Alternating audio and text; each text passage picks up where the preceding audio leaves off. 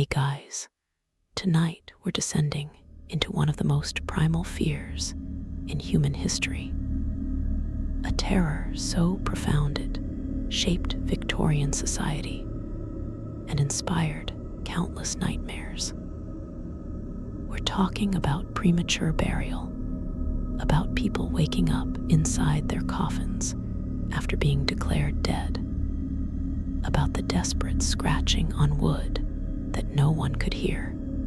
This isn't just folklore or urban legend. This actually happened, and the evidence we found when coffins were later opened tells a story more horrifying than any Gothic novel.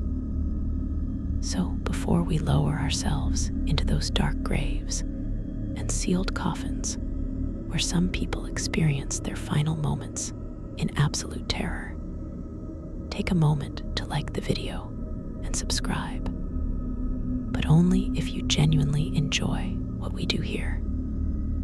And let me know in the comments where you're tuning in from and what time it is for you. It's always fascinating to see who's joining us from around the world, especially those of you settling in for the night. Now, dim the lights.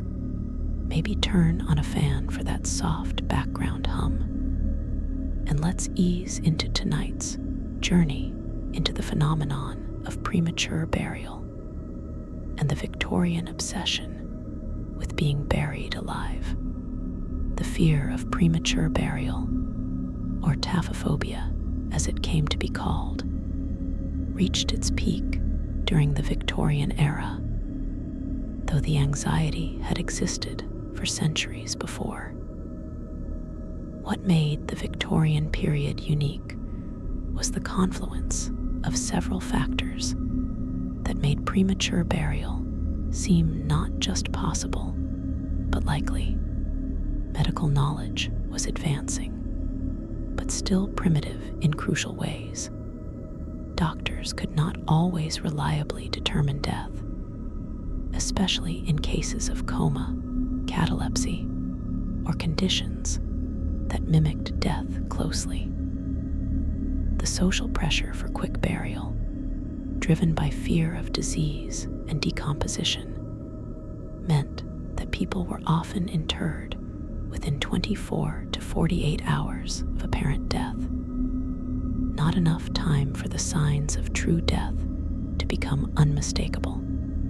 The Victorian preoccupation with death, mourning rituals, and the afterlife created a culture intensely focused on death and its mysteries. And within that focus, premature burial became a particular obsession. The medical understanding of death in the Victorian era was surprisingly uncertain. Today, we can measure brain activity, check for heartbeat and respiration with reliable instruments, confirm death with multiple objective tests. The Victorians had none of these tools. A doctor would check for breath by holding a mirror to the patient's mouth or a feather under the nose, looking for condensation or movement.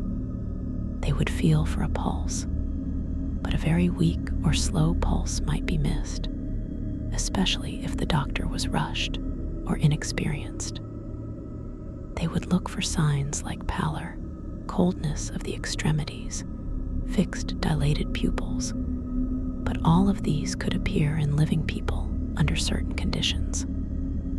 Catalepsy, a condition causing muscular rigidity and suspended animation, could make a living person appear dead. Deep comas from head injuries, strokes, or poisoning could create death-like states. Cholera, which caused such severe dehydration and collapse that victims appeared dead, while their hearts still beat faintly. All of these conditions fooled Victorian doctors regularly. The documented cases of people being declared dead prematurely and then reviving are numerous and well attested. Some woke up on the cooling board or preparation table before burial, their movement or sounds alerting attendants to their continued life. These were the lucky ones, discovered before burial, though the experience of waking up being prepared as a corpse was traumatic enough. Others woke during their funerals, the most famous case being that of Lady Elizabeth Vane Tempest, who sat up in her coffin during the funeral service in 1722, living another 40 years afterward. Matthew Wall, commemorated in the English tradition of Old Man's Day, fell from his pallbearers during his funeral procession in the 16th century, the shock reviving him. But these were the cases where revival happened before burial was complete. The truly horrifying cases were those where people woke after burial, trapped in darkness underground. The evidence that people woke in their coffins comes from several sources. Exhumations performed for various reasons, moving bodies to new burial plots, family vaults being opened, or investigations into burial practices. Sometimes revealed coffins whose interiors told terrible stories, bodies found in positions suggesting struggle, the corpse's hands raised to the coffin lid, fingers worn to bone from scratching at wood, the interior of the coffin lid showing deep scratch marks, the body twisted in impossible positions, as if the person had tried desperately to turn over or find a way out. The coffin lining torn and gathered in the corpse's hands, the face frozen in an expression of terror rather than the peaceful repose of death. These discoveries, documented in medical journals, cemetery records, and newspaper accounts, confirmed that premature burial was not just a theoretical fear, but an actual occurrence. The timing of when someone might wake in a coffin varied depending on when the mistake was made. If someone was declared dead while still in a deep coma or cataleptic state, they might wake within hours, finding themselves in a coffin that hadn't yet been buried or had just been lowered into the grave with the mourners still present above. These people might have a chance, their cries or the sounds of their movements potentially audible to those above. If the grave had just been filled, the earth still loose, their sounds might carry through the soil. But if they woke after the funeral had ended and everyone had left, after the earth had been firmly packed down, after hours or days had passed, they woke to a nightmare from which there was no escape. The complete darkness, the confined space barely larger than their body, the realization of where they were, the air already growing stale from their breathing, all of this would hit them in a moment of absolute terror. The physical experience of waking in a coffin would begin with disorientation. The person would regain consciousness slowly, perhaps thinking they were having a nightmare, reaching out and touching wood inches from their face, feeling fabric lining around them, the confined space preventing them from moving their arms fully.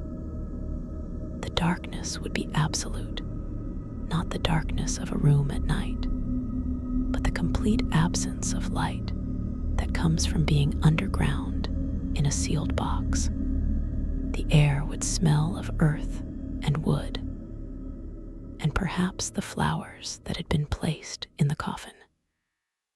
As full consciousness returned and the horror of the situation became clear, panic would set in. The physiological response to extreme panic, rapid heartbeat, hyperventilation, would consume what little oxygen remained in the sealed coffin even faster.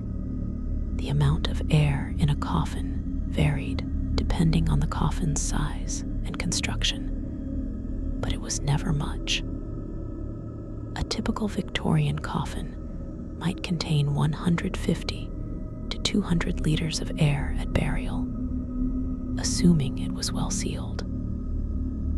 A person at rest breathes about 6 liters of air per minute, so theoretically, a person might have 25 to 30 minutes of air, but someone in a state of panic would breathe far more rapidly, and the confined space meant that exhaled carbon dioxide would quickly build up, making the air toxic long before the oxygen was completely depleted.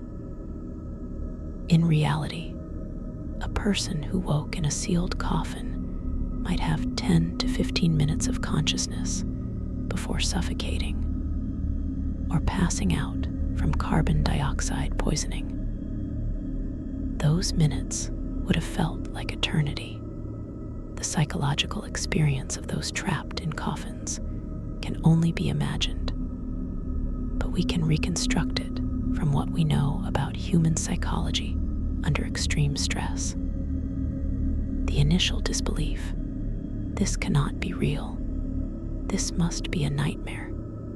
The desperate hope that touching the coffin lid again will reveal it was all imagination.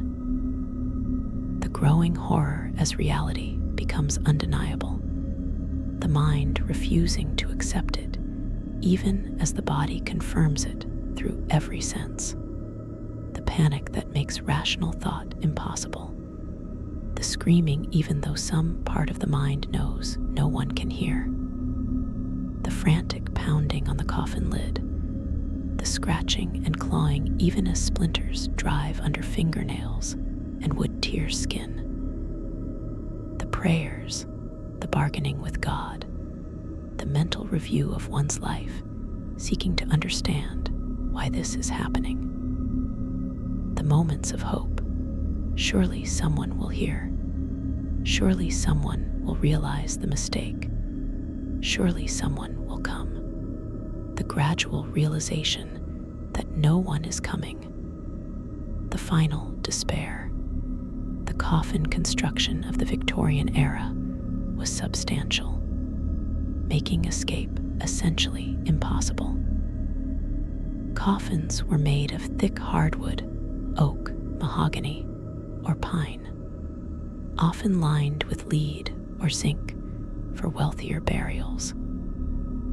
The lid was secured with screws or nails, sometimes dozens of them, creating a seal that could not be broken from inside.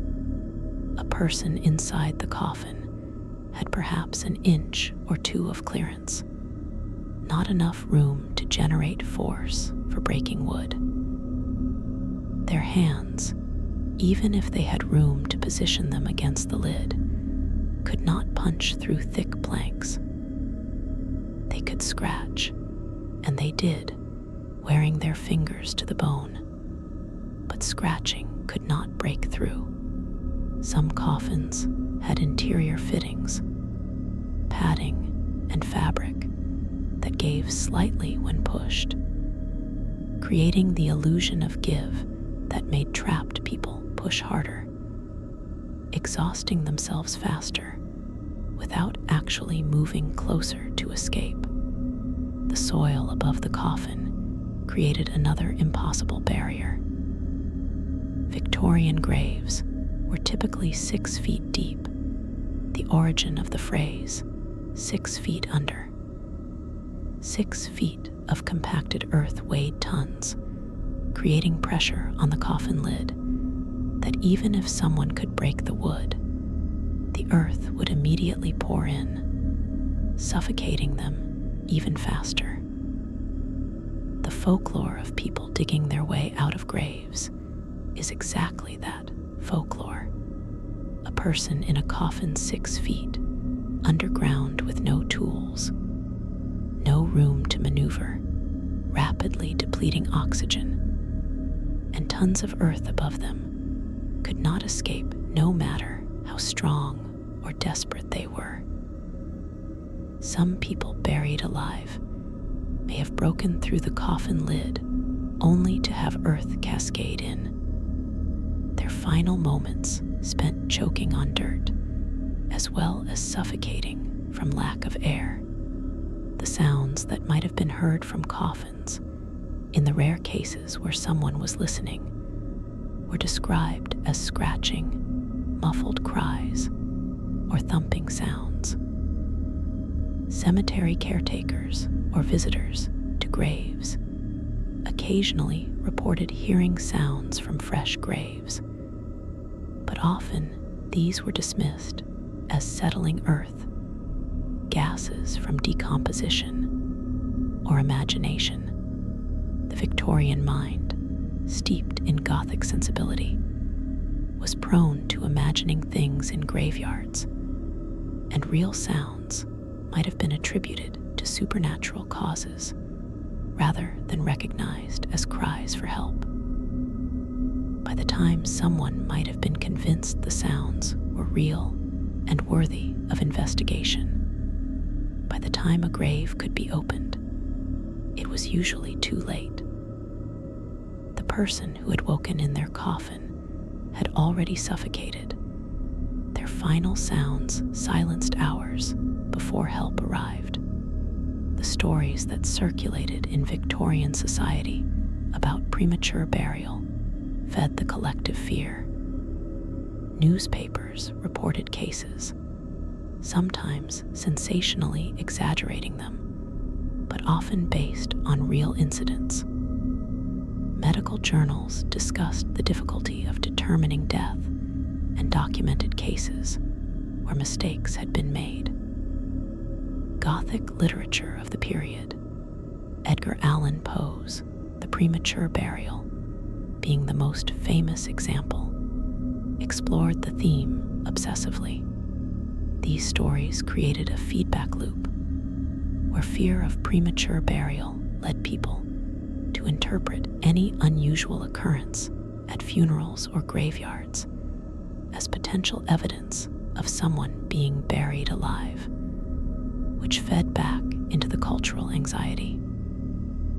The Victorians existed in a state of low-level dread about this fate, a fear that influenced burial practices, medical practice, and personal behavior. The actual causes of conditions that mimic death were numerous and not fully understood in the Victorian era. Catalepsy, a condition we now associate with various neurological and psychiatric disorders, could cause profound muscular rigidity and apparent unconsciousness lasting hours or days. Comas from head trauma, strokes, or metabolic disorders like diabetic ketoacidosis could mimic death if the person's breathing became very shallow and their pulse very weak. Certain poisons, including some medications if overdosed, could slow bodily functions to nearly imperceptible levels. Hypothermia could put people in a state where they appeared dead, but could potentially revive if warmed.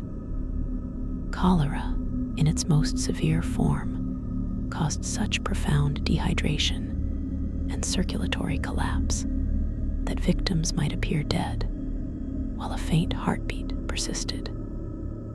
Doctors encountering these conditions without modern diagnostic tools often made tragic mistakes. The social class dimension of premature burial added another layer of horror. Wealthy individuals who could afford doctors and elaborate funerals had more chance of their non-death being noticed before burial. Their bodies would be watched for days, embalmed, prepared carefully. Multiple doctors might examine them. The funeral would be a long process with many opportunities for signs of life to be noticed. Poor people, on the other hand, especially during epidemics when bodies were disposed of quickly to prevent disease spread, might be declared dead by a harried doctor who barely examined them, wrapped in a shroud, placed in a cheap pine coffin, and buried within hours. These were the most likely victims of premature burial, people whose deaths were not carefully verified, whose funerals were rushed, who had no one with resources to demand careful examination or delay burial until death was certain. The epidemic diseases of the Victorian era created conditions where premature burial was more likely. During cholera outbreaks, with dozens or hundreds dying daily in affected cities, the system for handling bodies was overwhelmed. Doctors couldn't carefully examine every victim. Bodies were collected and buried quickly to prevent further contagion. Someone who had collapsed into a cholera-induced coma might easily be mistaken for dead and buried before they could revive. The same was true during typhus epidemics, influenza outbreaks, or any disease that killed rapidly and in large numbers. The very conditions that made death determination most difficult overwhelmed medical systems.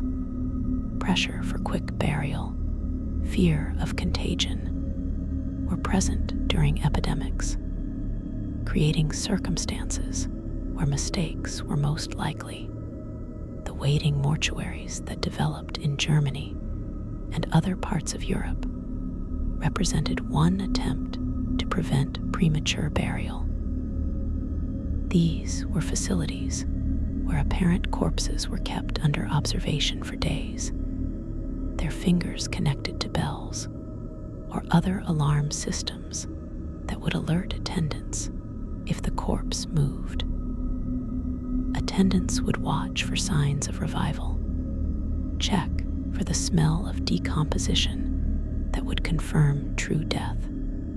Bodies would be kept in relatively pleasant surroundings, sometimes with flowers and music, the idea being that if someone was in a death-like trance, they might be roused by stimulation. These mortuaries successfully prevented some premature burials, as people did occasionally revive in them. But they never became common in Britain or America, where cultural attitudes favored quick burial and keeping the dead at home or in funeral parlors rather than in communal waiting facilities. The methods proposed for preventing premature burial ranged from sensible to bizarre to grotesque. Some doctors advocated for waiting 48 to 72 hours before burial, time for true death to become unmistakable through the onset of rigor mortis, the smell of decomposition, or other signs. Others suggested that apparent corpses should be tested through stimulation, pricking with pins, applying hot pokers, shouting in the ear, anything that might rouse someone in a death-like trance. Some proposed that all bodies should be decapitated or have their hearts pierced before burial, ensuring that even if the person wasn't actually dead initially, they would be before burial. A horrifying cure for premature burial that some people seriously advocated. The desperation of these proposals reveals the depth of the fear. the personal precautions that terrified Victorians took varied widely. Some people left detailed instructions that their bodies should be examined by multiple doctors, that certain tests should be performed, that burial should be delayed for days. Others requested that their veins be cut before burial, ensuring death through exsanguination if they weren't already dead, preferring to die for certain rather than risk burial alive. Some purchased special coffins designed with escape mechanisms or signaling devices. Harriet Martineau, a famous Victorian writer, left instructions that her head should be amputated before burial. George Washington's fear of premature burial led him to specify that his body should not be buried for at least 3 days after death. These precautions reveal that even prominent, educated people with access to the best medical care were terrified of being buried alive. Safety coffins that were invented and patented throughout the Victorian era represent the most elaborate response to the fear of premature burial. These were coffins equipped with various mechanisms designed to allow someone buried alive to signal for help or escape. The designs ranged from relatively simple to extraordinarily complex. Some coffins had breathing tubes that extended from the coffin to above ground, theoretically allowing buried people to breathe, and also providing a way to call for help. Others had bell systems with a string or chain inside the coffin connected to a bell mounted above the grave, so that any movement by the buried person would ring the bell and alert cemetery staff. More elaborate designs included flags that would pop up above the grave, ladders that could be released from inside the coffin, or even explosive charges that would blast open the coffin if triggered from inside. The phrase, "saved by the bell," may derive from these coffin bells, though that etymology is disputed. The practical problems with safety coffins were numerous, and they never became widely adopted despite the fear that drove their invention. The breathing tubes could become blocked by earth, by insects building nests, by cemetery visitors stepping on them. The mechanisms for signaling, bells, flags, tubes for shouting through, required maintenance that cemetery staff often didn't provide, and exposure to weather could cause them to fail. The strings or chains connecting the buried person to the signaling device could break, could become tangled, or simply might not work when needed. Even if a signal was successfully sent, it required someone to be present in the cemetery to notice it. And nighttime burials or weekends, when cemeteries were empty, meant signals might go unnoticed. The psychological comfort these devices provided to purchasers was probably greater than their practical utility. But for people terrified of burial alive, that comfort was worth paying for. The few documented cases where safety coffin mechanisms were actually triggered are intriguing and ambiguous. Cemetery workers occasionally reported hearing bells ring from graves or seeing flags pop up, but investigation usually found that the mechanisms had been triggered by natural processes: the settling of the coffin, gases from decomposition, causing movement, animals disturbing the mechanism. The desire to believe these stories, both at the time and in retrospect, makes it difficult to verify which reports represented actual revivals and which were false alarms or fabrications. The cemetery workers, whose jobs included watching for signals from graves, sometimes called bell watchers, were paid to spend nights in cemeteries listening for the sound of bells ringing. A macabre occupation that fed on society's fears, while rarely, if ever, resulting in an actual rescue. The transition from apparent death to actual death for someone buried alive would follow a predictable physiological pattern. The initial period of full consciousness and panic, during which the person might scream, struggle, use up oxygen rapidly.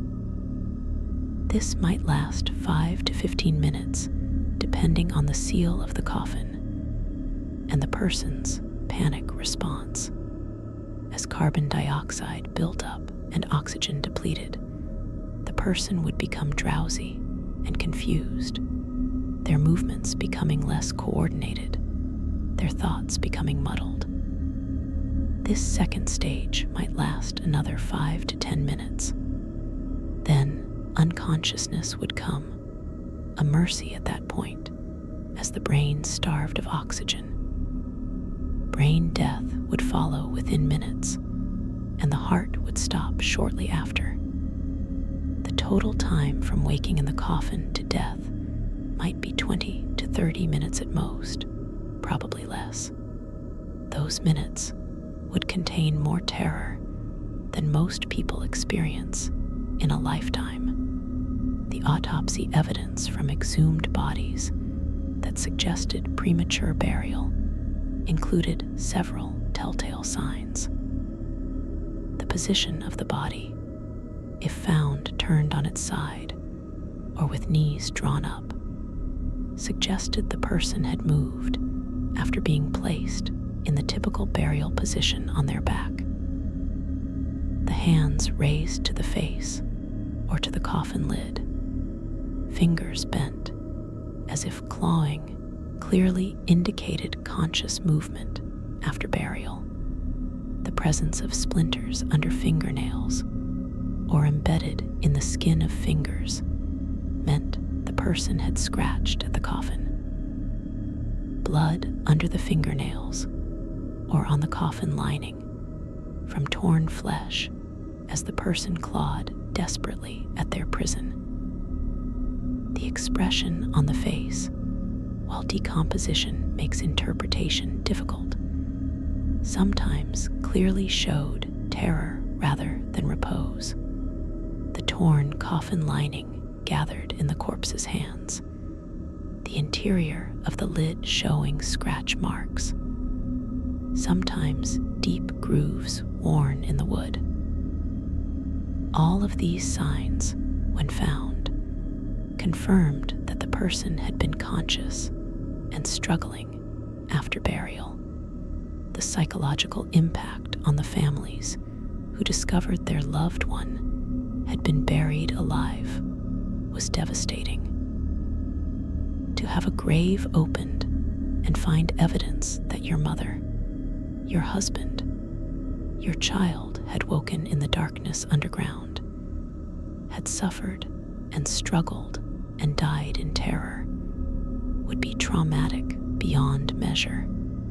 Some families who made such discoveries kept them secret, unable to bear the shame or the judgment that might fall on them for having buried someone alive, or simply to spare other family members the knowledge. Others went public with their discoveries, hoping to prevent similar tragedies, their testimony adding to the documented cases of premature burial. The guilt these families felt, deserved or not, knowing their loved ones' final moments had been spent in such horror, was profound and lasting. The role of undertakers and funeral directors in preventing premature burial was complicated. Professional undertakers had a financial interest in quick burial, as keeping bodies longer required more extensive preservation efforts and more of their time. But they also had a professional interest in not burying living people, as such mistakes would be devastating to their reputation. Some undertakers were scrupulous about checking for signs of death, delaying burial if there was any doubt, advocating for longer waiting periods. Others were less careful, especially when dealing with poor families who couldn't pay for elaborate preparations, or during epidemics when bodies were plentiful and needed to be moved through the system quickly. The level of care received often correlated with the family's ability to pay and with the undertaker's individual ethics. The medical examinations performed to confirm death in the Victorian era were often perfunctory. A doctor might be called to pronounce death, would check for pulse and breathing, observe the body's general appearance, and declare death if those basic signs were absent. More thorough examinations might include testing reflexes, checking pupil response to light, listening for heartbeat with a stethoscope. Those stethoscopes were still relatively new technology in the early Victorian era. The problem was that all of these tests could be fooled by conditions that mimicked death closely enough. A pulse so faint it couldn't be felt, breathing so shallow it couldn't be detected by mirror or feather, pupils fixed by drug effects rather than by death.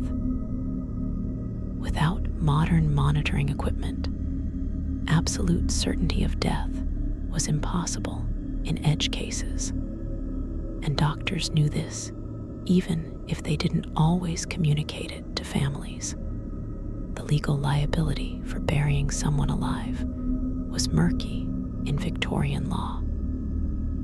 If a doctor mistakenly declared someone dead, leading to their burial alive, the doctor might face professional censure, but rarely criminal charges unless gross negligence could be proven.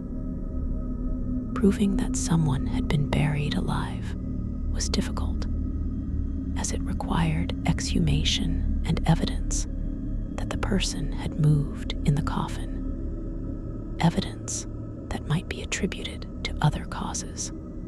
Proving that the doctor should have known the person wasn't dead was even harder, as the medical standards of the time acknowledged that death determination was sometimes uncertain. Some doctors whose mistakes became public lost their practices or reputations, but formal legal consequences were rare. This lack of accountability contributed to the continuation of premature burials, as there was little institutional pressure to improve death determination procedures. The embalming process, which became more common in the late Victorian period, served partly as insurance against premature burial. A person who had been embalmed, with their blood replaced by preservative chemicals, was definitely dead regardless of their prior condition. The embalming process would kill anyone who wasn't already dead, making it a gruesome but effective way to ensure that burial alive was impossible. Some people requested embalming specifically for this reason, viewing it as protection against their worst fear. The growing popularity of embalming in late Victorian era and the early 20th century, driven partly by this fear, contributed to the decline in premature burial anxiety. Once embalming became standard practice, being buried alive became practically impossible. Though the fear persisted in cultural memory long after the actual danger had largely passed, the difference between European and American practices regarding burial timing and death determination created different risk levels for premature burial. American practices generally favored quicker burial than European ones, influenced partly by the warmer climate in much of the country, making preservation more difficult, and partly by frontier practicality. European traditions often included longer wake periods and more elaborate death verification. The German waiting mortuaries represented one extreme of caution, while American practice of burial within 24 hours represented the other extreme of speed. These different approaches reflected different cultural values and different assessments of the risk of premature burial versus the risk of keeping corpses too long, the role of decomposition as the ultimate proof of death created macabre calculations about how long to wait before burial. In warm weather, decomposition begins within hours and becomes unmistakable within a day or two. In cold weather, a body might show little change for days, making death determination harder, but also making longer waiting periods more practical. Some people who feared burial alive specified in their wills that their bodies should be kept until decomposition began definitive proof that they were actually dead. This meant that families had to watch their loved one's body begin to decay, to smell the beginning of putrefaction before they could have closure through burial. The emotional cost of this waiting period was high, but for those whose fear of burial alive outweighed other concerns, it was a price worth paying. The stories of people who claimed to have been buried alive and escaped became part of Victorian folklore, though most were probably fabrications or exaggerations. Tales of people waking in their coffins and somehow breaking out, digging through the earth, emerging from graves like zombies, were told and retold. These stories served multiple functions. They validated the fear of burial alive by suggesting it happened regularly. They provided vicarious thrill through their Gothic horror, and they offered fantasy of escape from the inescapable. The reality was that escape from burial was essentially impossible, but the stories persisted because they met psychological needs. They allowed people to imagine surviving their worst fear rather than dying in it. The impact of premature burial fear on Victorian death culture was pervasive. The elaborate mourning rituals, the extended wake periods, the careful attention to the corpse, all of these were influenced partly by the desire to ensure the person was actually dead. The Victorian fascination with death photography, post-mortem photos of the deceased, served partly as documentation of death, proof that the person had indeed died. The detailed death watches, with family members sitting vigil over the body for days, served partly as superstition and partly as practical precaution against the possibility of revival. The entire complex structure of Victorian mourning culture, while serving many purposes, was built partly on the foundation of fear that death might not be what it seemed. The medical literature of the Victorian era devoted significant attention to the question of death determination. Doctors published papers discussing methods for confirming death, debating how long to wait before declaring someone dead, analyzing cases where mistakes had been made. Some doctors advocated for extreme measures, cutting major arteries, stabbing the heart, decapitation, as the only certain ways to ensure that burial alive was impossible. Others argued for less invasive approaches, careful observation over time, testing for reflexes and responses, waiting for unmistakable signs of decomposition. The debate revealed the genuine uncertainty in the medical community about when someone was definitely dead, an uncertainty that fueled public fear because people understood that even doctors weren't sure.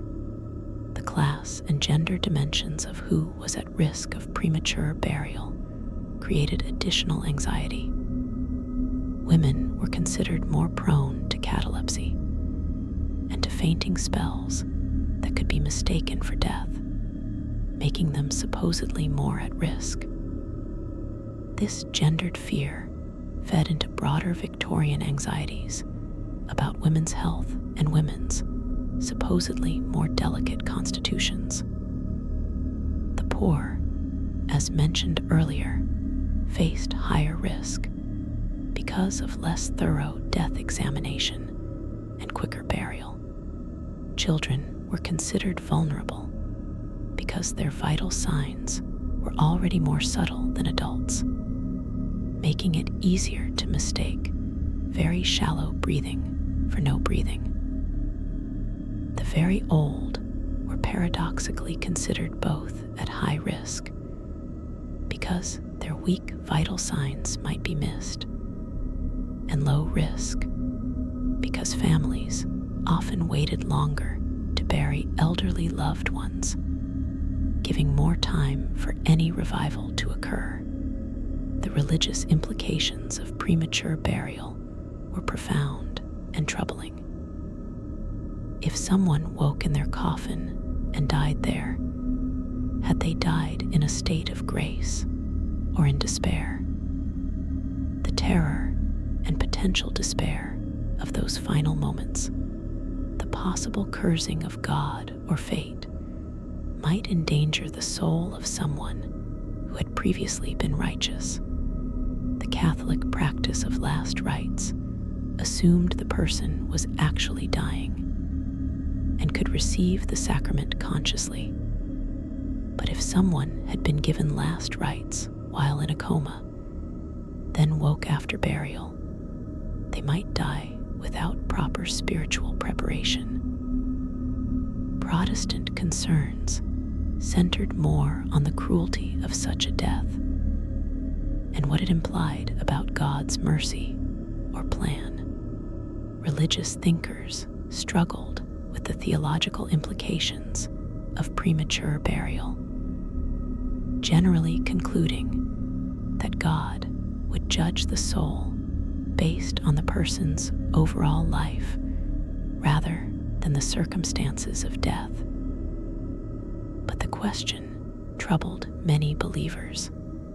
The insurance industry's response to premature burial fear included some companies offering policies that would pay for expensive safety coffins or for delayed burial in waiting mortuaries. These policies were profitable because they played on deep fears while rarely having to pay out, as actual premature burial was less common than the fear suggested. And proving it had occurred was difficult. The existence of such insurance products both validated the fear by treating it as a legitimate risk worth insuring against, and commercialized it, turning terror into profit. The premiums charged were often substantial, reflecting both the perceived risk and the profit potential. The decline of premature burial as a major cultural anxiety in the early 20th century came from several factors. The improvement in medical diagnostic capabilities, better stethoscopes, understanding of vital signs, meant death determination became more reliable. The spread of embalming as standard practice made burial alive essentially impossible. The overall improvement in medical care meant fewer people fell into death-like states from diseases or conditions that might earlier have been mistaken for death. But perhaps most importantly, cultural attention shifted to other fears as Victorian Gothic sensibility gave way to modern anxieties. The fear didn't completely disappear. It remains a common phobia today, but it lost its position as a major social concern. The specific physiological conditions that most commonly led to premature burial included catalepsy, cholera, and various forms of coma, each presenting unique challenges for Victorian medical practitioners. Catalepsy, a condition characterized by muscular rigidity, loss of sensation, and significantly reduced breathing and heartbeat, could last hours or days, and was particularly deceptive because the patient's body became cold and stiff, mimicking rigor mortis. The condition could be triggered by severe emotional shock, certain neurological disorders, or sometimes by no apparent cause at all. A person in a cataleptic state might appear utterly lifeless, with no detectable heartbeat or breathing by Victorian examination methods, yet be fully conscious and aware of their surroundings, trapped in their paralyzed body. The horror of being aware during your own funeral, hearing the prayers and weeping, feeling yourself being placed in a coffin, and being unable to move or speak to alert anyone would be psychological torture of the highest order. The cholera epidemics that swept through Victorian cities created perfect conditions for premature burial mistakes. The disease caused such severe dehydration that victims' blood pressure would drop dramatically, their pulse becoming barely detectable, their breathing becoming shallow and slow, their skin turning cold and blue. In the chaos of an epidemic, with overwhelmed doctors examining dozens of patients daily, someone in cholera-induced collapse might easily be declared dead when they were actually in a state of severe shock from which they might recover if given proper care. The pressure to remove bodies quickly during epidemics to prevent further spread of disease meant that suspected cholera victims were often buried within hours of apparent death, giving no time for potential recovery. Some researchers believe that a significant percentage of cholera deaths during Victorian epidemics may have actually been premature burials of people in deep shock states. The comas resulting from head trauma, strokes, diabetic crises, or poisoning presented another category of conditions easily mistaken for death. Someone in a deep coma might have almost imperceptible vital signs, breathing perhaps once every 30 seconds, a heart beating so slowly and weakly that it couldn't be felt through the chest wall. Without EEG machines or modern monitoring, distinguishing a deep coma from death was guesswork. Some coma patients might remain in this state for days or weeks. And if the coma was mistaken for death and the person was buried, they might wake hours or days later in their coffin. The experience of emerging from a coma into the darkness and confinement of a coffin, the confusion and disorientation of the coma giving way to the terror of the situation, would represent a transition from one nightmare into another infinitely worse. The documented case of Marjorie Elphinstone, who was buried with her valuable rings still on her fingers, illustrates both the reality and the horror of premature burial. According to the account, grave robbers opened her grave the night after burial to steal the rings. When they couldn't get the rings off, they attempted to cut off her fingers. The pain revived Marjorie from her death-like state, and she sat up in her coffin, terrifying the grave robbers who fled. She supposedly walked home, knocked on her door, and gave her husband a shock that killed him. While some details of this story may be embellished or legendary, the core account appears in multiple sources and may be based on a real incident. Whether true or not, the story encapsulates the multiple horrors of the period, not only premature burial, but also the violation of graves by robbers, the unreliability of death diagnosis, and the fragile line between life and death. The practice of corpse watching in Ireland and Scotland, where family and friends would sit with a body for several nights before burial, served multiple cultural purposes, but also functioned as a safeguard against premature burial. If someone in a death-like trance began to revive during the wake, there would be witnesses present to notice.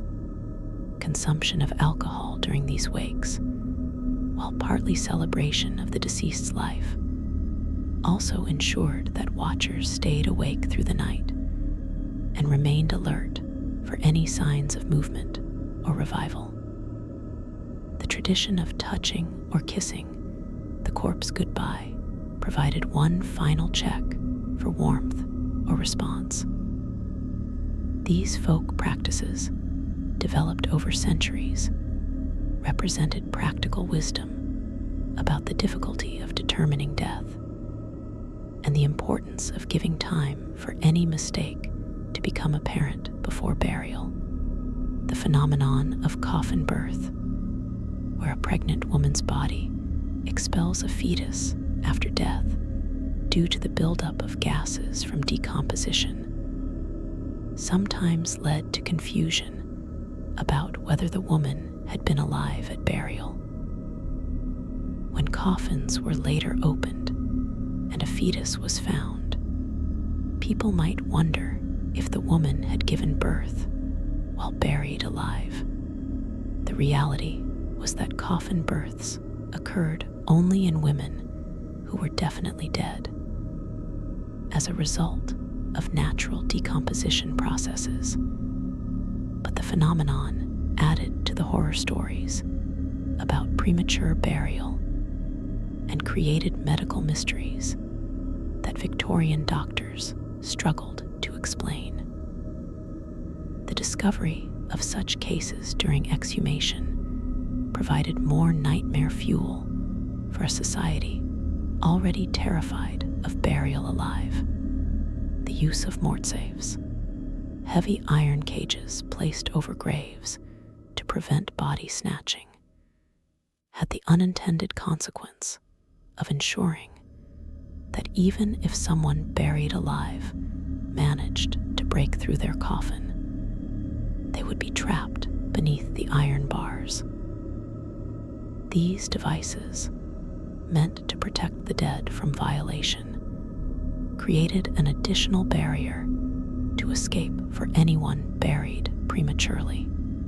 The same was true of heavy stone slabs or monuments placed over graves, physically preventing any possibility of a buried person somehow digging out even if they could break through the coffin and soil. The measures taken to protect the dead from body snatchers, ironically, made death more certain for anyone buried alive by eliminating any infinitesimal chance of escape. The technological limitations of Victorian medicine meant that even doctors who suspected a patient might not be truly dead had limited ways to test their suspicions. The stethoscope was still relatively new and not universally trusted. Blood pressure measurement was in its infancy. Temperature taking was imprecise and interpreted differently than today. Doctors trying to determine if someone was dead or in a death-like state had to rely mainly on their experience and intuition, factors that varied enormously from practitioner to practitioner. A skilled, careful doctor might avoid mistakes that a less experienced or careless one might make. But even the best doctors could be fooled by conditions like catalepsy that mimicked death almost perfectly. The psychological phenomenon of taphophobia, the extreme fear of being buried alive, became recognized as a specific phobia during the Victorian era, though the condition certainly existed before then. People suffering from severe taphophobia might become obsessed with preventing their potential burial alive, writing elaborate wills specifying extreme measures to ensure death, refusing to sleep in rooms with closed doors for fear of being trapped, experiencing panic attacks when in confined spaces. Some taphophobics became unable to attend funerals or visit cemeteries, the anxiety triggered by proximity to burial too intense to bear. The recognition of taphophobia as a medical condition validated the fear while also pathologizing it, creating a distinction between reasonable concern about premature burial and excessive, irrational fear. The timing of rigor mortis, the stiffening of muscles after death, was understood to provide some guidance for death determination. But the variability in when rigor mortis developed made it an unreliable indicator in the crucial first hours after apparent death. Rigor mortis typically begins 2 to 6 hours after death and becomes complete by 12 hours. But these times vary based on temperature, the person's physical condition at death, and other factors. Someone buried 24 hours after apparent death would be in full rigor mortis if actually dead. But the pressure to bury quickly, especially during warm weather or epidemics, often meant burial occurred before rigor mortis had fully developed. Additionally, certain conditions like catalepsy could cause rigidity in living people that might be mistaken for rigor mortis by someone not carefully examining the body. The folk remedies and tests for determining death ranged from sensible to superstitious. Placing a mirror or feather at the nose or mouth to check for breath was reasonable, though it could miss very shallow breathing. Pouring water in the ear or nostril to see if the person would respond made sense as a way to trigger reflexes, though someone in a deep coma might not respond even if alive. More dubious methods included placing a lit candle near the body to see if the flame would cause a reaction, or placing warm bread on the body in the belief that it wouldn't cool if the person was still alive. Some folk traditions held that the eyes of the truly dead couldn't be kept closed and would spring open, so weighted coins were placed on the eyelids partly to test this. These folk methods, mixed of practical observation and superstition, represented attempts to answer the question of death in the absence of medical certainty. The impact of premature burial fear on cemetery design and management was significant. Cemeteries began to be laid out with wider paths, allowing for quick access to graves if someone needed to be quickly exhumed. Some cemeteries built small houses or shelters where cemetery staff could stay overnight, ostensibly to guard against grave robbers, but also to be present if safety coffin alarms were triggered. The business of cemetery management adapted to accommodate the fear, offering various services and products meant to provide security against burial alive. The Victorian cemetery became not just a place for the dead, but a place shaped by the anxieties of the living about the boundary between death and life. The rare cases of successful resuscitation after someone had been declared dead and prepared for burial provided both hope and horror. Hope that death determination was improving, that mistakes could be caught in time, but horror at how close someone had come to being buried alive. The famous case of Marjorie McCall in 18th century Ireland, said to have been buried in a shallow grave due to her death from fever, was dug up by grave robbers who revived her while attempting to steal her rings, and she supposedly returned home to live many more years. While the details are disputed, the story was widely believed and contributed to the cultural anxiety about premature burial. Each such story, whether true or apocryphal, reinforced the belief that being buried alive was a real and present danger. The medical journals of the Victorian period published numerous articles attempting to establish reliable criteria for determining death.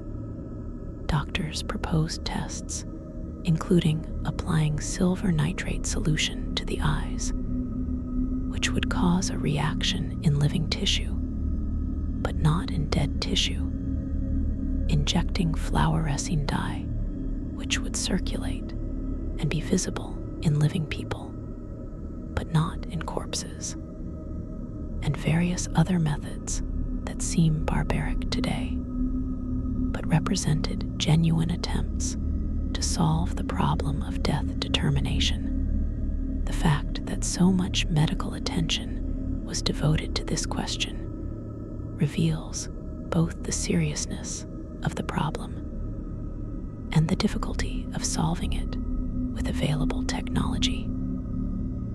The proposed solutions were often impractical for routine use or required specialized equipment not available to most doctors, meaning they remained largely theoretical rather than becoming standard practice.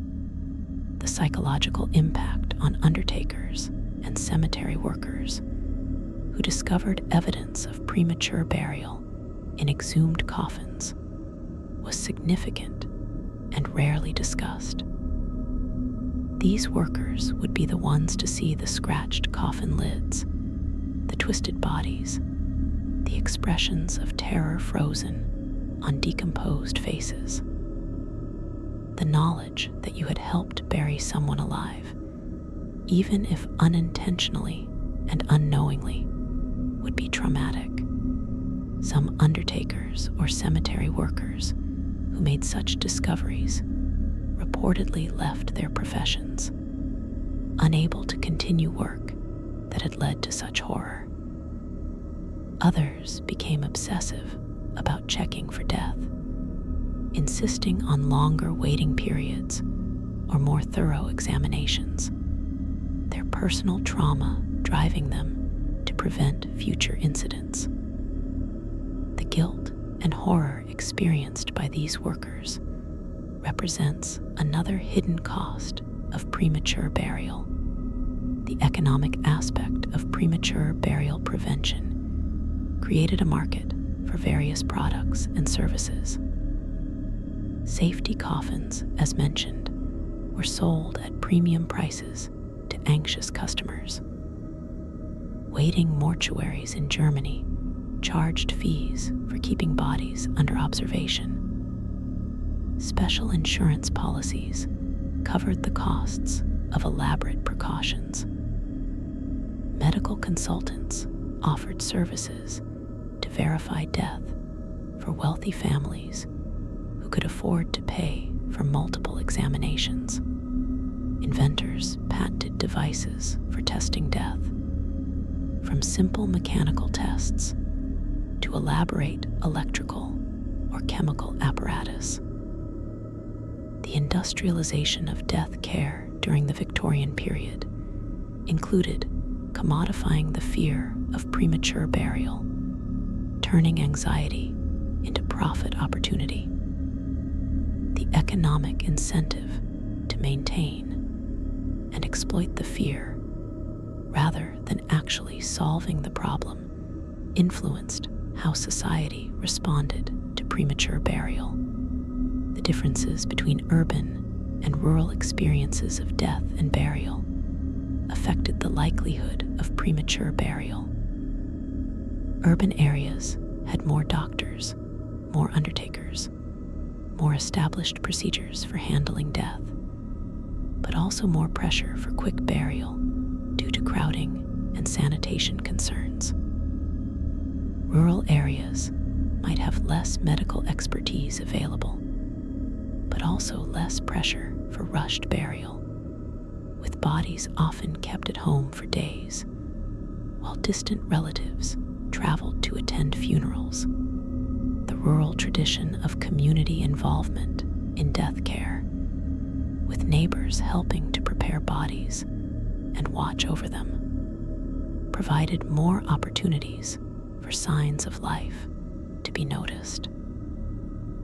The urban professionalization of death care created efficiency, but also depersonalization that might increase risk of mistakes. The phenomenon of safety coffin salesmen who traveled selling their elaborate devices represented both entrepreneurship and exploitation. These salesmen would visit towns, give presentations about the horrors of premature burial, show diagrams and models of their coffin designs, and take orders from terrified citizens. The sales pitch combined legitimate fear with exaggeration and manipulation, creating demand for expensive products that most people didn't need, and that often didn't work as advertised. The Victorian era saw many such entrepreneurs capitalizing on fears and anxieties, but the safety coffin business stands out for the intimacy of the fear it exploited. The deeply personal terror of being buried alive that the salesman manipulated for profit. The literary treatment of premature burial in Victorian fiction both reflected and amplified the cultural anxiety.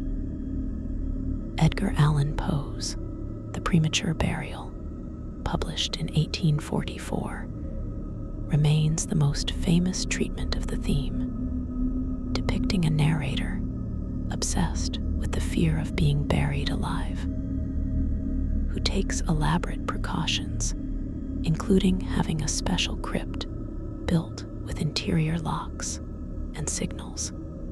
The story's power comes from its detailed, almost clinical description of the sensations and thoughts of someone waking in a coffin, making the reader experience the horror vicariously. Other authors used premature burial as plot device or metaphor, and the theme appeared in Gothic novels, sensation fiction, and even in children's cautionary tales. This literary preoccupation both emerged from genuine cultural fear and reinforced it, creating a feedback loop where fiction and reality influenced each other. The medical case reports documented in journals provide our most reliable evidence of actual premature burial incidents. A report from France in 1846 described a woman declared dead from cholera, who was heard screaming from inside her coffin during the funeral procession, leading to her coffin being opened and her resuscitation. A German medical journal from 1852 reported a case of catalepsy where the patient was minutes from burial when a doctor noticed slight warmth in the body and delayed the funeral, with the patient reviving hours later. An English report from 1871 described the exhumation of a body that had to be moved to a new cemetery, finding evidence that the deceased had turned over in the coffin and torn the lining. These clinical reports, stripped of sensationalism, provide the most credible evidence that premature burial actually occurred, though they can't tell us how often it happened versus how often it was merely feared. The process of decomposition, which Victorian doctors understood imperfectly, provided the only truly certain sign of death, though waiting for decomposition to begin required keeping a body for a day or more after death. The first signs of decomposition, a greenish discoloration of the abdomen, usually appear 24 to 48 hours after death in moderate temperatures. The smell of decomposition begins slightly earlier, though it's subtle at first, for a family desperate for certainty that their loved one was truly dead before burial. These early signs of decay provided horrible but definitive proof. Some Victorian wills specified that burial should wait for these signs, and some families, despite the emotional cost of watching their loved one begin to decay, insisted on this waiting period, the choice between burying someone who might not be quite dead and waiting until decomposition made death unmistakable was an impossible one that many Victorian families faced.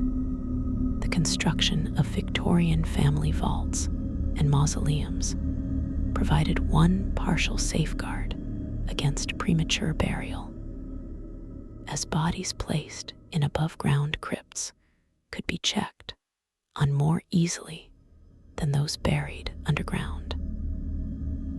A person buried in a family vault who revived would have slightly better chances of their sounds being heard or their movements being noticed during subsequent visits to the vault. The wealthy families who could afford such tombs sometimes specified that the crypt doors should be left unlocked or should have interior releases, allowing someone accidentally entombed alive to potentially escape. However, these precautions were rare, and the crypts were usually sealed securely. So even above-ground burial offered little real protection against the consequences of premature entombment. The phenomenon of mass graves, used during epidemics or in pauper burials, created situations where premature burial was both more likely and more horrific. Bodies dumped together in large pits, quicklime poured over them, earth shoveled on top. The speed and impersonality of mass burial meant less careful death verification. A person in a death-like state from cholera or typhus might be thrown into a plague pit with actual corpses, and even if they revived, their cries would be muffled by the bodies around them, by the earth being shoveled on top. The historical accounts of plague pits and epidemic burials include occasional references to movement or sounds from the pits, usually attributed to decomposition gases, but possibly representing the final moments of people who were still alive when buried. The invisibility of these victims, buried among the truly dead, with no individual marker or memory, represents the darkest aspect of premature burial. The cultural memory of premature burial persisted long after the actual risk had been eliminated by modern medical practice and embalming.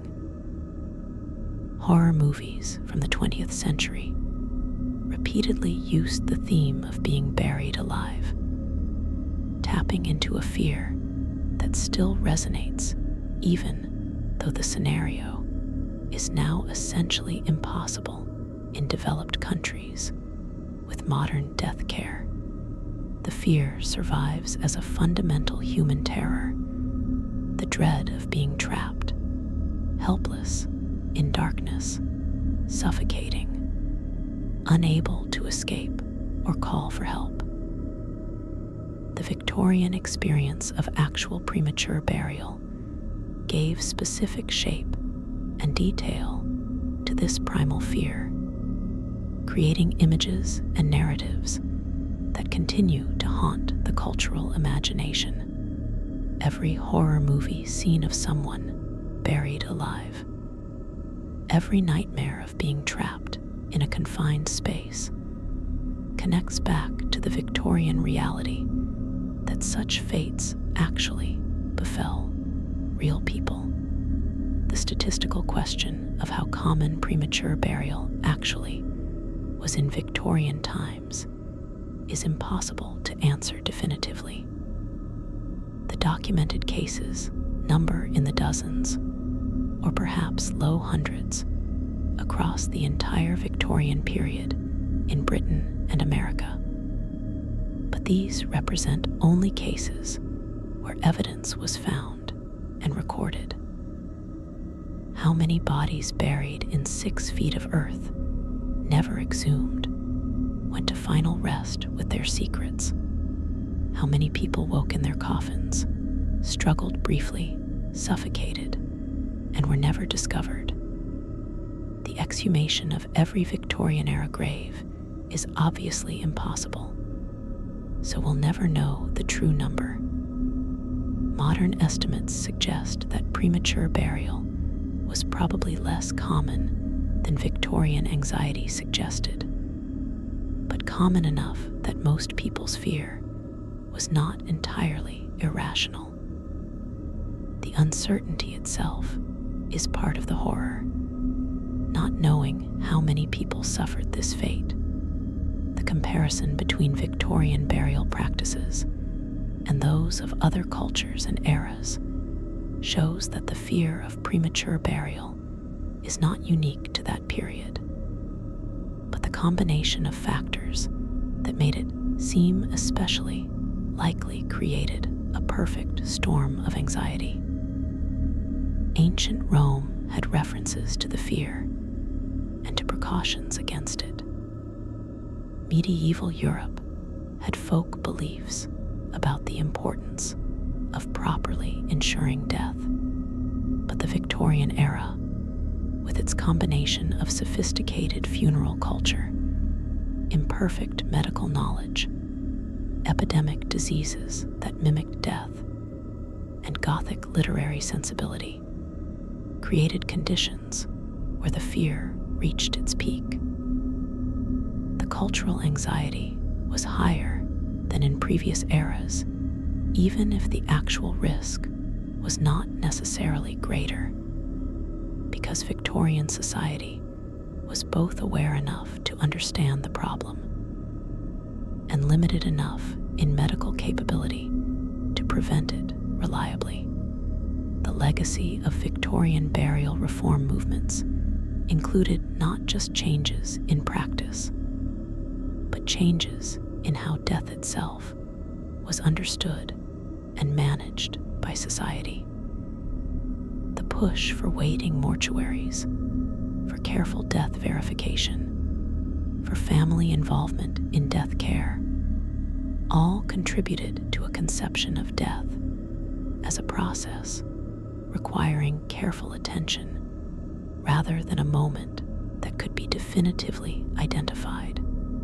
This view, while motivated partly by fear of premature burial, led to more humane treatment of the dying and more careful, respectful handling of the recently deceased. The anxiety about premature burial, while often excessive, pushed society toward better practices that benefited everyone, not just those at risk of being buried alive. The psychological phenomenon of survivor guilt affected people who had been declared dead and revived before burial, or who had been buried and somehow escaped. These individuals had faced the ultimate horror and survived, but the experience traumatized them profoundly. Some became obsessed with death and burial, unable to function normally in society. Others became advocates for burial reform, turning their traumatic experience into activism that might prevent others from suffering similarly. A few became famous or infamous, their stories told and retold, becoming examples that either validated the fear of burial alive or served as reassurance that survival was possible. The burden of having been that close to being buried alive, of knowing they had briefly been declared dead, marked these survivors for life. The philosophical questions raised by premature burial concerned the nature of death itself. When does life end and death begin? What is the boundary between the two states? Victorian medical understanding was moving toward a conception of death as a process rather than a moment, with different systems shutting down at different times. The heart might stop while the brain still functioned, or the breathing might cease while the heart continued for minutes. This understanding made death determination harder rather than easier, because it raised the question of which cessation constituted real death. The person whose heart had stopped, but whose brain still had oxygen and function, were they dead? The person in a coma with no voluntary responses, but with continuing autonomic function, were they dead? These questions, raised partly by cases of near burial of living people, don't have simple answers and continue to challenge medical ethics and philosophy today. The spiritual dimensions of premature burial concerned Victorian religious thinkers deeply. The concept of the soul leaving the body at death was central to most religious traditions. But what if the body was buried while the soul was still present, still connected? The idea of the soul being trapped in the buried body, unable to depart for the afterlife, was theologically troubling. Some religious commentators argued that the soul departed at the moment of true death, regardless of the body's circumstances. So even someone who revived after apparent death had never actually been at the point of soul departure. Others struggled with the implications of someone dying in a state of terror and despair after burial, wondering about the spiritual consequences. The theological debates about premature burial touched on fundamental questions about the relationship between soul and body, the timing of death, and the nature of the afterlife.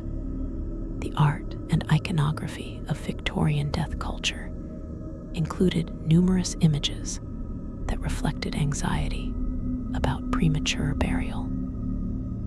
Memorial cards sometimes showed coffins with opened lids, suggesting the possibility of revival. Gravestone inscriptions occasionally included references to the deceased being truly at rest, or similar phrases that subtly acknowledged the fear that they might not be. Memorial photographs occasionally showed the deceased with eyes open or in natural-seeming poses rather than the typical repose, perhaps attempting to capture one last moment of life before true death.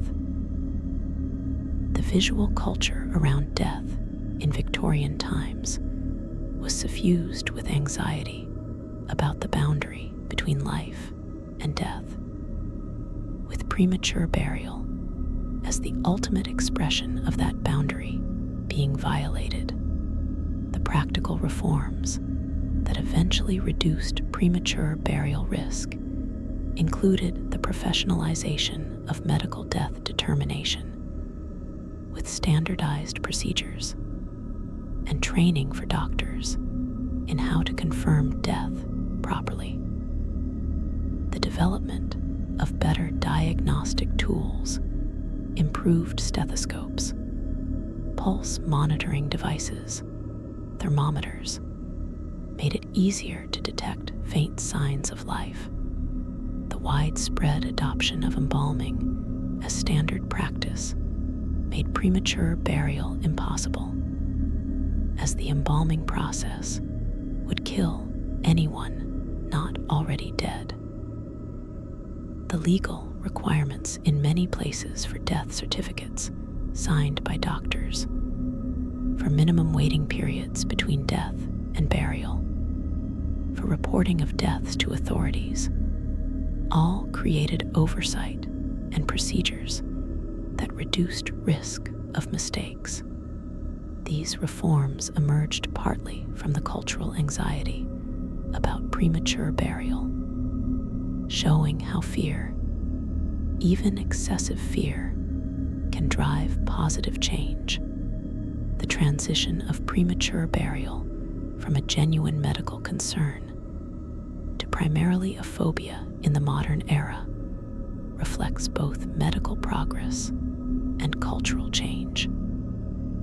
Today, with brain death criteria, advanced monitoring, and standard embalming, the risk of being buried alive is essentially zero in developed countries with modern medical systems. Yet the fear persists, suggesting that it taps into something deeper than rational risk assessment, a primal dread of being trapped and helpless that transcends the actual likelihood of the scenario. The Victorian experience of real premature burial gave shape and specificity to this primal fear, creating a cultural memory that outlived the actual danger. Understanding this history helps distinguish between the real historical horror that people experienced and the modern phobia that no longer corresponds to actual risk. The documentation practices around death in Victorian times improved partly in response to premature burial concerns. The detailed death registers, the requirement for medical certification, the careful recording of burial times and locations, all served multiple purposes, but included creating a record that could be checked if questions arose about whether someone had been buried alive. The paperwork around death, which seems bureaucratic and cold, emerged partly from the need for systematic tracking to prevent errors and to allow investigation when mistakes occurred. The modern death care system, with its extensive documentation and regulations, has roots in the Victorian reforms driven by fear of premature burial. So tonight, as you lie in bed in the comfortable darkness of your room, think about those who experienced darkness of a different kind, who woke in the absolute blackness of a sealed coffin 6 feet underground. Think about those final minutes of consciousness, the panic and terror, the desperate scratching at wood, the breath coming in gasps as the air grew stale. Think about the families who later discovered what had happened, who opened graves to find evidence of their loved ones' final struggles. The Victorian fear of premature burial was not irrational superstition, but a response to a real danger that existed because of the limitations of medical knowledge and the pressures of burial customs. Those who woke in their coffins experienced a horror that we can barely imagine, a death more terrible than most, because it came with full awareness and desperate hope that proved futile. Their suffering drove changes that eventually eliminated the danger. But for those who experienced it, the reforms came too late. The scratched coffin lids and twisted bodies found in Victorian exhumations testify to a horror that was real, that happened to real people. That represents one of the darkest aspects of death in an era when the line between life and death was not always clear. Rest easy tonight, knowing that modern medicine has made being buried alive essentially impossible. But remember those who didn't have that security, who faced their deepest fear not as nightmare, but as reality. The Victorian coffins that were opened to reveal evidence of premature burial stand as monuments to suffering we can honor by remembering, and by ensuring such horrors never happen again. sweet dreams, and be grateful for the certainty of death that modern medicine provides. A certainty the Victorians desperately wanted, but too often couldn't achieve. Sleep well, in the knowledge that if you rest tonight, you will wake tomorrow. A simple comfort that not everyone in history could count on.